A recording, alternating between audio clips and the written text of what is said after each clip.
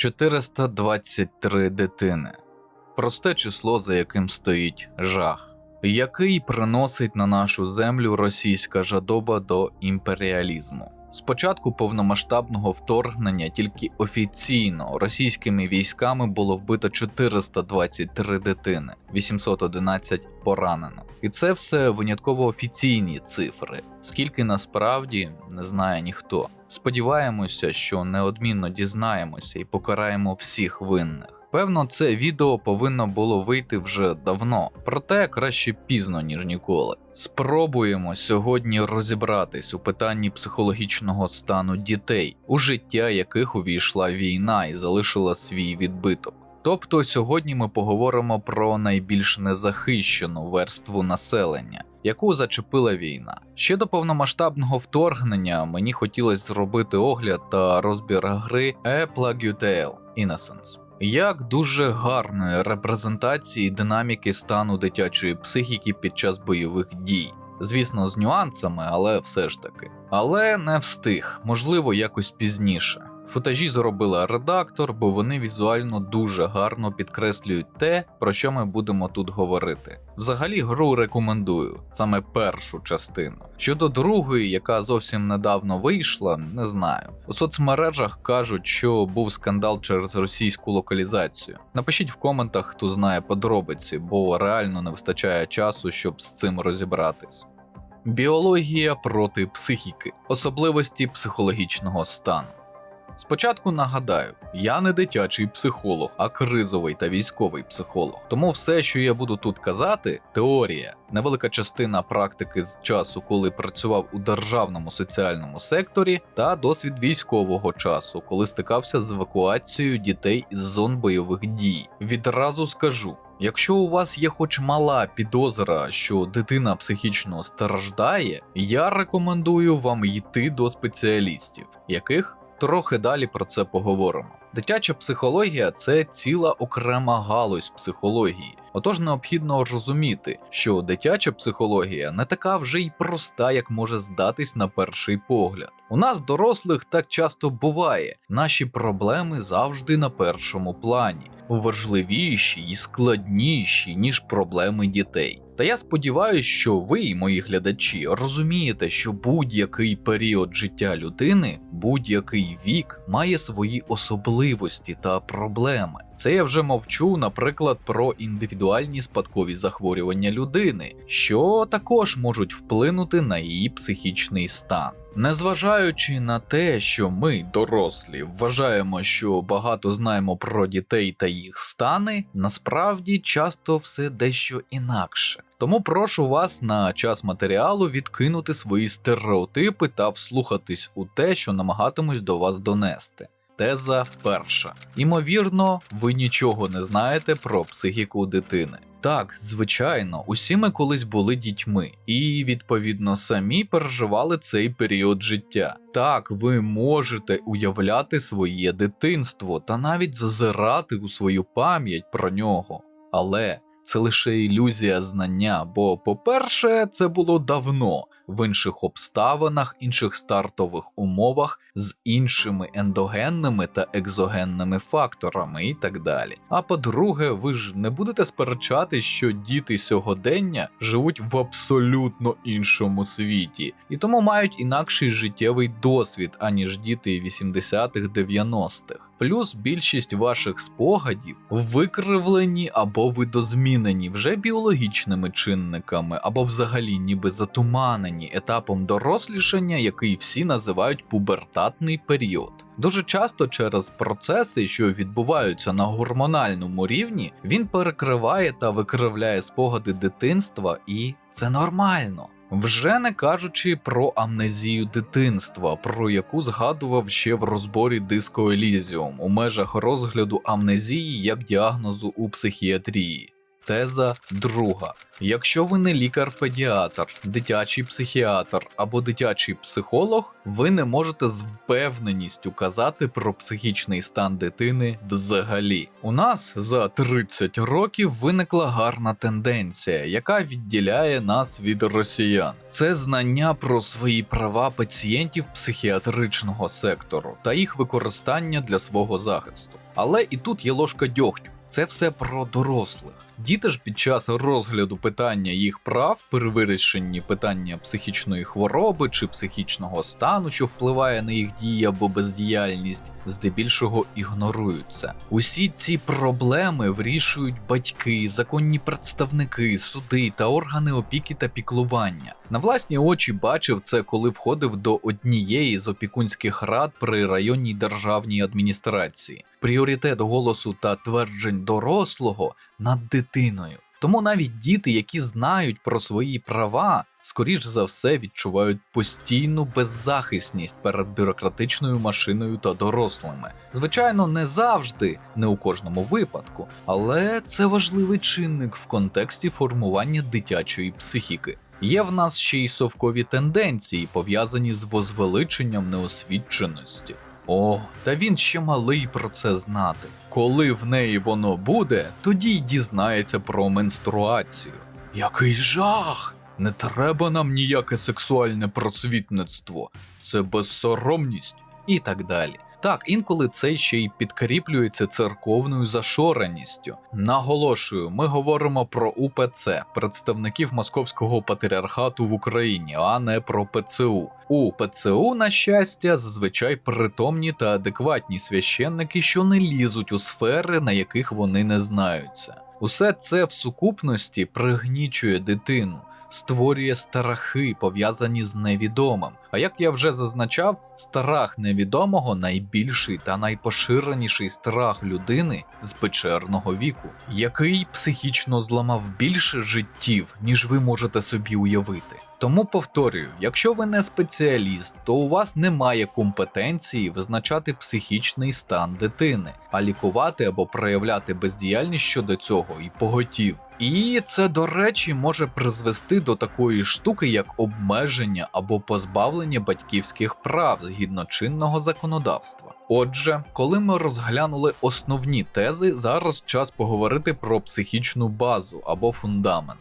Уже багато разів зазначав, як формується психіка дорослої людини, акцентуючи при цьому фінішну лінію – 25 років. І зазвичай дуже поверхнево зазначаючи, що за цей час від народження до 25 років психіка будується як будиночок. Спочатку будується фундамент до 7-річного віку, потім комунікації до 13 років, за ними стіни та дах до 17 років. І нарешті косметичне оздоблення до 25 років. Але якщо на психіку впливали негативно, було багато гострого стресу чи був дебют складної психічної хвороби, людина отримує замість гарного маєтку, у якому приємно жити, протухлий, кривий та відразливий сарай. І проблема тут в тому, що цей, в лапках, психічний будинок не можна побудувати заново.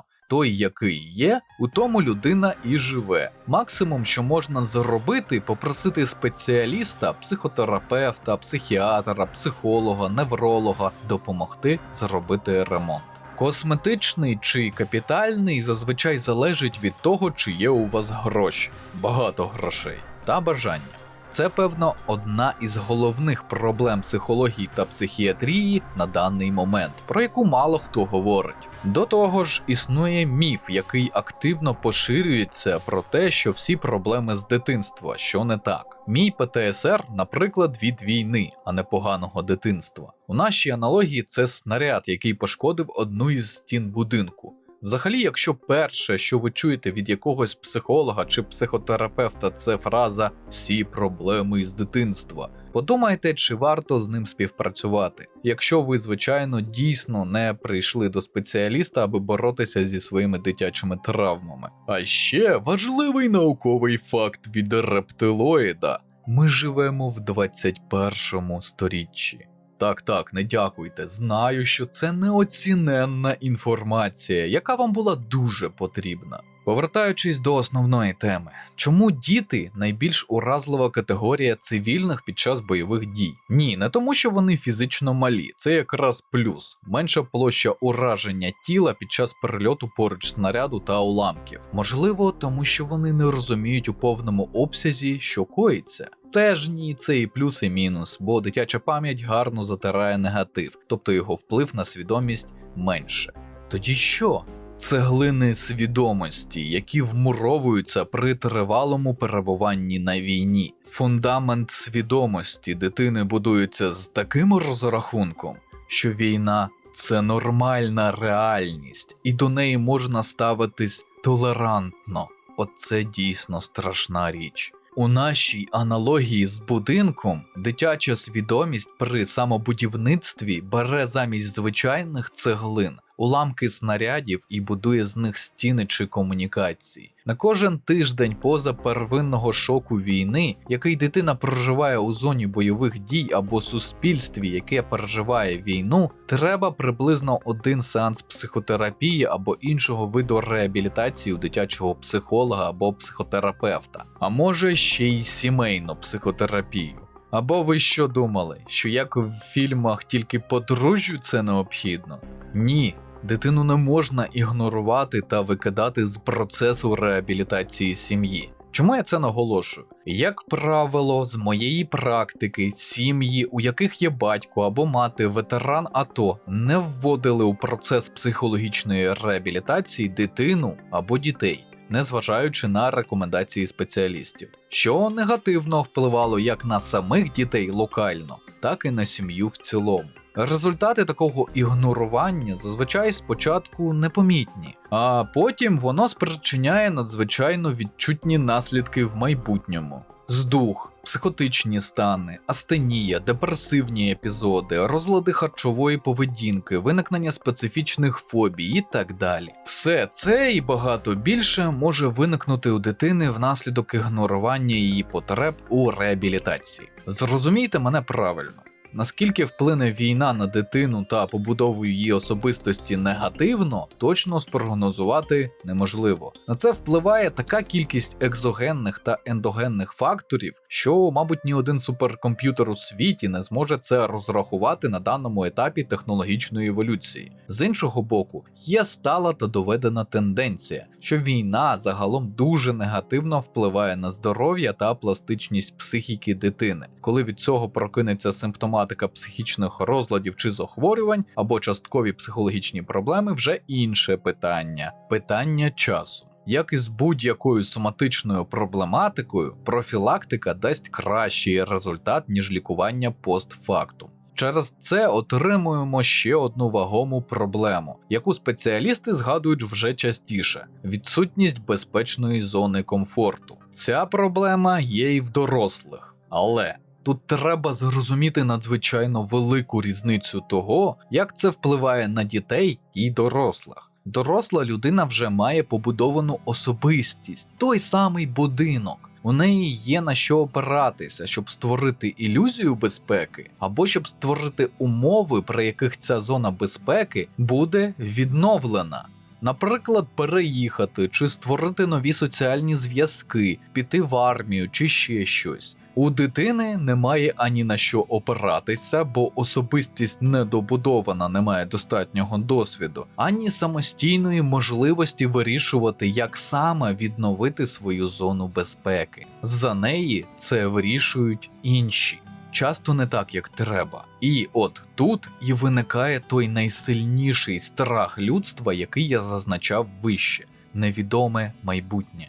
Суцільна темрява нерозуміння того, що буде далі. І саме переживання цього страху упродовж тривалого часу може створити дуже складні випадки психологічних та психічних проблем, психотерапія яких у майбутньому людини надзвичайно складна. І якщо і цього мало, психологічні проблеми так і не з'явилися, далі може наступити те, що називається медвежа послуга. Деякі батьки замість роз'яснення, що коїться, починають брехати, лицемірити, шикають на дитину або якимось іншим чином пригноблюють її, що лякає ще більше. Дитина бачить страх на обличчях людей, які відповідають за її зону безпеки, і їй стає ще страшніше. Вона буквально може думати, що скоро помре. Не робіть так. Дитині потрібно чітко, спокійно і примітивними фразами на її рівні розуміння пояснювати, що відбувається. Будь-яке ваше пояснення, навіть якщо дитина задає питання складні, а ви відповідаєте ламано, буде краще, ніж те, що я описав вище. Бо дитині важлива не сама відповідь, а те, що ви спокійні та врівноважені.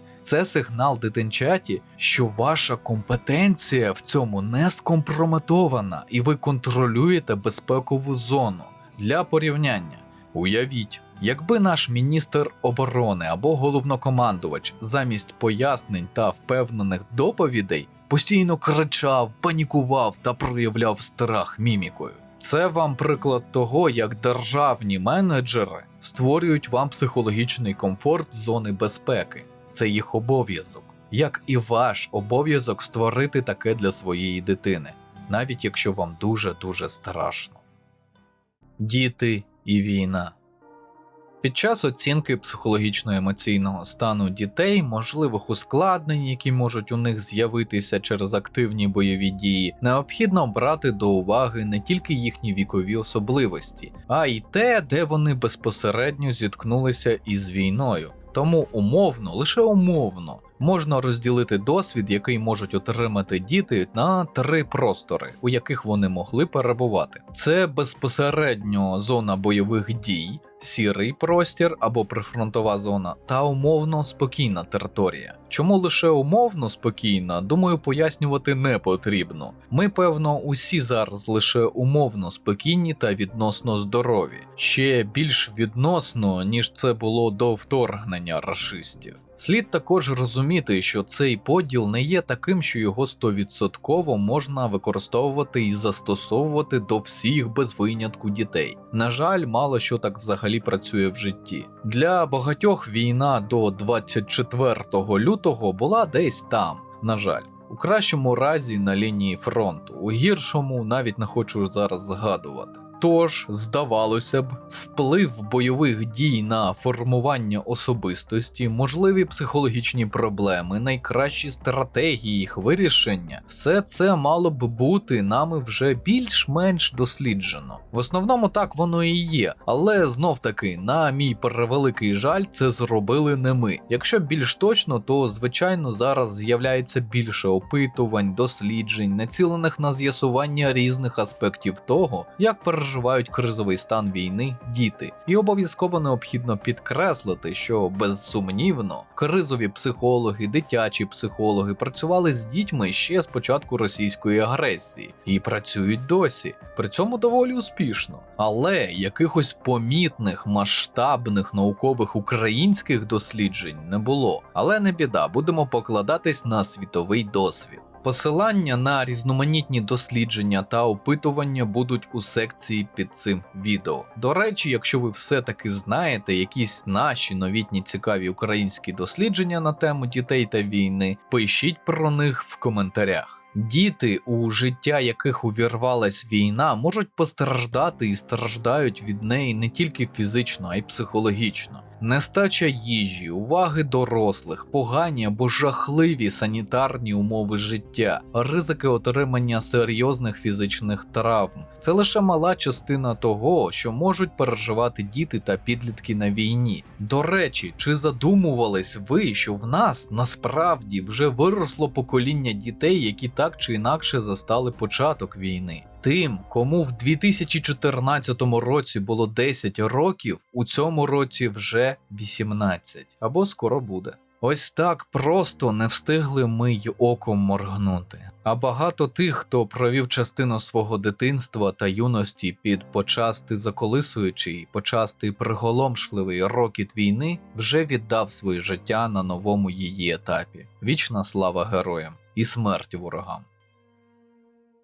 Як діти різного віку переносять те, що відбувається у психологічному аспекті.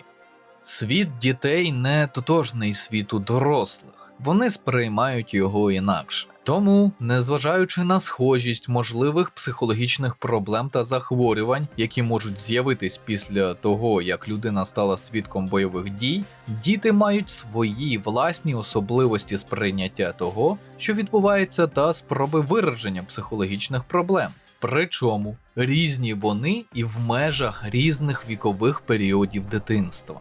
Наприклад, ще зовсім малі діти до 3 років повністю залежні від дорослих, особливо від матері або людини, яка її заміняє. Вони не можуть зрозуміти, що коїться навкруги, чому літають ракети, розриваються бомби, а їхня матір плаче. І цей останній пункт для них набагато важливіший, ніж всі бомби та ракети разом узяті. Так, безперечно, для дітей такого віку надважливим є задоволення їхніх так званих базових потреб. Їжа, сон, медичні потреби. Але не слід забувати й про те, що в цьому віці так само надзвичайно важливою для дитини є увага дорослих. Окрім того, часто немовля прекрасно розуміє, що з його рідними щось не так, і може й собі почати проявляти свою занепокоєність певними способами. Наприклад, боятися дорослих, хоча раніше такого ніколи не було. У період активних бойових дій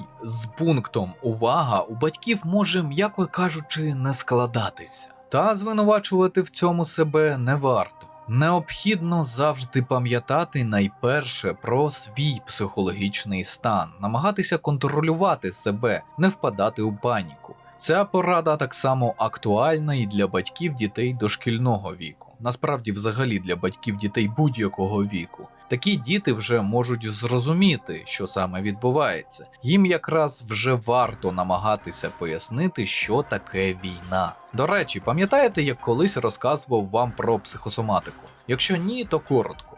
Психосоматика – напрям, який досліджує вплив численних психологічних факторів на формування розвиток соматичного захворювання. І це не про те, що, наприклад, якщо у людини плями на нігтях, значить у неї 100% артрит. Зараз можна знайти дуже багато таких невдалих, перекручених прикладів, які різними астропсихоекспертами видаються за чисту монету. Проте наше психічне здоров'я та фізичне все ще дійсно пов'язані між собою. І саме у дітей іноді дуже яскраво проявляються психосоматичні ознаки стресу. Таких ознак доволі багато. Наприклад, головний біль, гіперчутливість, нетримання сечі. Так само може змінюватись і поведінка дитини.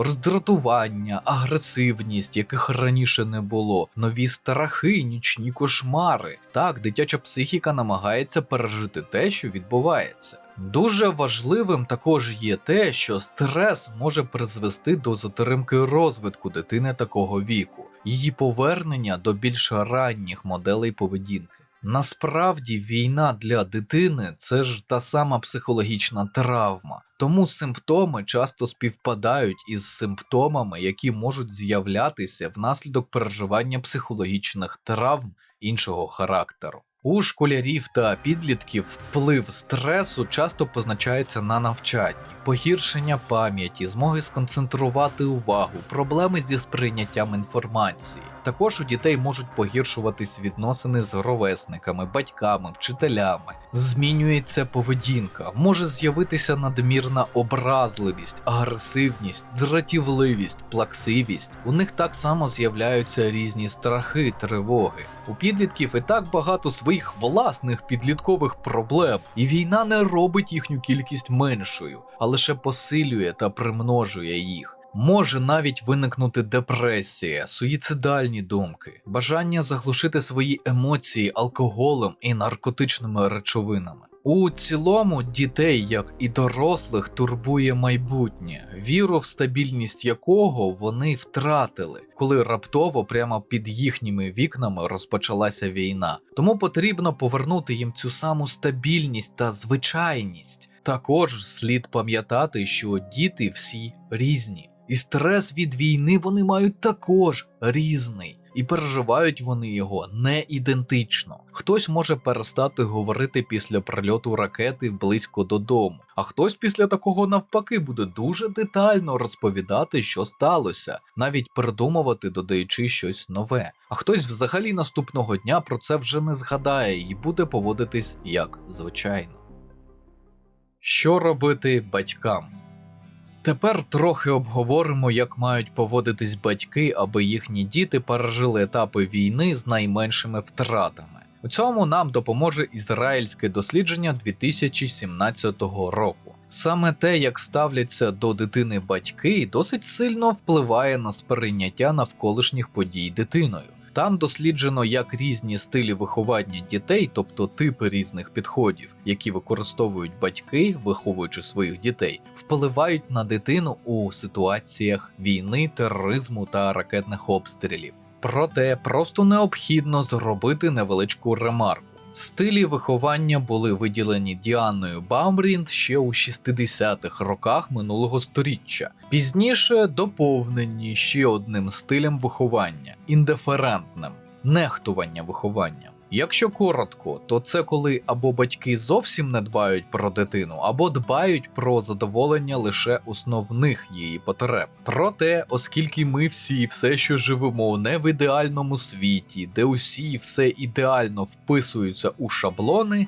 на жаль або на щастя, батьки можуть керуватися у вихованні своїх дітей не лише одним якимось підходом. Може бути, наприклад, комбінація декількох стилів. Окрім того, знову ж таки, стилі формувалися без суттєвої поправки на традиції різних культур і національностей. Про це потрібно пам'ятати. Як і про те, що вплив цих самих стилів батьківства на адаптацію дітей після травмуючих подій все ще досліджується вченими. У будь-якому разі, згідно з дослідженням, авторитетний або демократичний стиль виховання дітей, а конкретно підтримка та чуйність йому притаманні разом із помірною вимогливістю, заснованою на діалозі, а не монолозі, сприяє формуванню умов для подальшого зцілення після травмуючих подій. Завдяки заохоченню дитини до самоконтролю та швидкому відновленню структури звичайного життя посеред хаосу. Так, здається, що це все начебто просто і максимально зрозуміло, але ж у період активної війни не тільки діти перебувають у стресових умовах, а й батьки. І батькам може бути важко зрозуміти, чого потребує дитина. Авторитарний стиль виховання може бути обтяжливим для дитини, яка переживає психотравмуючу подію, через низьку чуйність та водночас високий контроль. Зрозуміло, що виховання дитини в середовищі, де від неї увесь час тільки щось вимагають, не підтримують її на фоні травмуючого досвіду, може призвести до поведінкових проблем у майбутньому. Окрім того, так само зрозуміло, що важливу роль у зменшенні негативних аспектів травми у дітей відіграє материнська теплота та підтримка. Ну і маємо вишеньку на торті. Усе вище зазначене стосується лише материнського стилю виховання, але не поспішайте повідомляти вашій дружині, що ваша роль у вихованні дитини перебільшена, і вам пора на риболовлю, бо як мінімум це не так. Ну і опитувальник дослідження заповняли основні опікуни, і у 88% випадків це були саме матері, тож не варто усуватись із загальної картини ролі інших родичів. Підсумуємо. Для того, аби дитина більш-менш вдало впоралась із травмою війни, необхідна, по-перше, материнська теплота та розуміння дорослих. По-друге, стабільність навколишнього середовища. У вас може виникнути питання, а чи може дитина призвичаїтись до війни, якби це страшно не звучало? Так, може. Чи це добре? Ні. Але для когось це просто необхідно задля збереження психіки. До того ж тут є один нюанс. Різниця між тим, як саме сприймає дитина війну, що діється навколо. Саме цей аспект тісно пов'язаний з тим, де саме знаходиться дитина зі своєю сім'єю під час бойових дій. Наприклад, діти, котрі щодня чують вибухи поряд з домом, з більшою вірогідністю можуть отримати нервовий тик, затримку мовного розвитку або енурез, що є саме проявом психосоматики. Тобто гострий стрес провокує організм до нездорових вже соматичних реакцій. Діти ж, біля яких бойові дії то стихають, то поновлюються, схильні до різних змін настрою, загальної лабільності поведінки, коли година надактивної поведінки змінюється на апатію. Діти ж, що знаходяться у відносно мирних та безпечних місцях, можуть мати безсоння або серію кошмарів через отримання єдиноразового гострого стресу. Повторюю, ми говоримо про тенденцію. Індивідуальність особливостей організму передбачає, що можливо також і таке, що майже ніяких негативних проявів у дитини, що буде на лінії зіткнення, у короткочасній перспективі не виникне. А у дитини, що лише раз була в декількох кілометрах від фронту та зараз у безпеці, виникне цілий букет зазначеної вище симптоматики. І це відносно нормально, бо сама війна як явище ненормальна, та кожний окремий організм реагує на неї хаотично. На жаль, чітких рецептів, як цього уникнути, людство досі не винайшло. Загалом обов'язково розмовляйте зі своїми дітьми. Запитуйте, що їх турбує, що їм не зрозуміло, не залишайте їх наодинці зі своїми проблемами. Відповідайте на питання, навіть якщо це якісь складні у дужках дорослі питання смерті та війни. Пояснюйте дітям якомога зрозуміліше їхньою мовою. Не слід вдаватись до якихось надмірних евфемізмів або вигадувати, брехати. У цьому нема ніякого сенсу, бо діти рано чи пізно все зрозуміють. Проте недомовки можуть призвести вже до інших психологічних травм. Пам'ятайте про те, що психологічні проблеми не обов'язково з'являються відразу після безпосередньо травмуючого епізоду. Навіть якщо ви з дітьми були близько до бойових дій і бачили все умовно з вікна вашого будинку. Тому, будь ласка, спостерігайте за своїми чадами, будьте уважні, і якщо бачите щось нехарактерне, краще ведіть дитину до психолога. Знаю, деякі з вас сприйматимуть це все як базу або дуже зрозумілі і прості поради. Але, як правило, чомусь людям до вподоби ігнорувати подібне на догоду або магічно-езотеричним псевдоекспертним рішенням, або вони вважають, що є якийсь експериментальний меганауковий прийом, який вчені приховують з якихось невідомих причин. Моя ж задача вкотре повторити: якщо ви не приділяєте увагу базовим речам, то потім ніхто не дасть вам магічну пілюлю, яка вирішить проблеми зі здоров'ям постфактум. А складні питання, які ви не можете вирішити, навіть якщо приділяли достатньо увагу простим речам, це вже компетенція професіоналів. Закарбуйте це собі у свідомості. Це найголовніший урок, який можу вам дати. А тепер декілька слів про те, що відбувалося до повномасштабного вторгнення з дітьми, певна частина яких вже зараз виросла, які жили далеко від активної війни і від прифронтових зон. Здебільшого вони не знали, що таке війна. Ні, звичайно, батьки-вчителі розповідали, що десь на сході України йде війна, а в Криму стоїть Орда. Та цим часто все і закінчувалося. Тому вже не діти, а молоді люди, наприклад, не розуміли біженців з того ж Донбасу, які виїхали звідти вже багато років тому. Деколи це створювало нерозуміння, навіть певну напруженість у суспільстві. Ні в якому разі не подумайте, нікого не звинувачую. Усі ми хочемо жити мирно і пам'ятати лише про щось світле та хороше. Але дуже не хочеться, щоб ця історія з ярликами та поділом на правильних та неправильних біженців повторювалася, а тим більше з нерозумінням того, що відбувається з життям десь там, трохи ближче до фронту.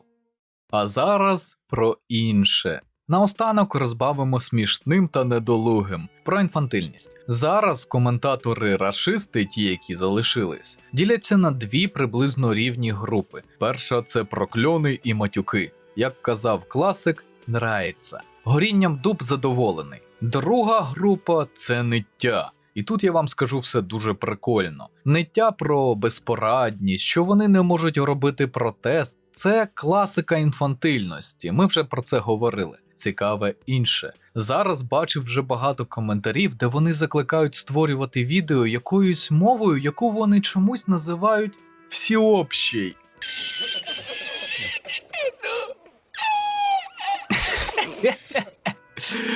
Це така ржака. Їм ніяково писати назву своєї зашквареної мови чи що. Сука, нічого смішніше, певно, сьогодні не буде, але це не все. Після ниття деякі починають типу мститись. Готові? Кажуть, що скопіювали мої старі відоси на російський, бо я ж можу видалити, а вони мене наче переграли. Зрозуміли? І от я не розумію, вони копіюють відоси із загального доступу, боячись, що їх скасують ще сильніше, аніж зараз.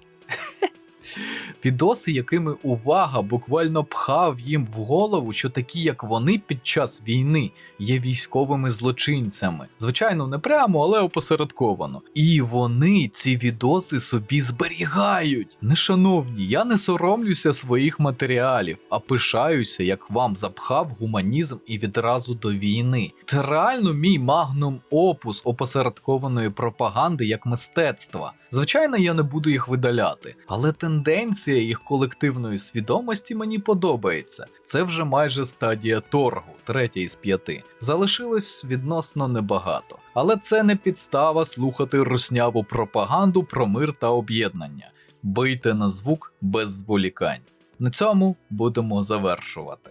Сподіваюсь, вам сподобався матеріал. Канал вашої нібіріанської ящірки також можна підтримати за посиланням у описі. На вибір 3 варіанти на ваш смак: Patreon, BuyMeACoffee чи Donate.ua. Потім розрахуюся з вами класичними матеріалами про кризову та військову психологію з оглядами та розборами відеоігор, звичайно, українською.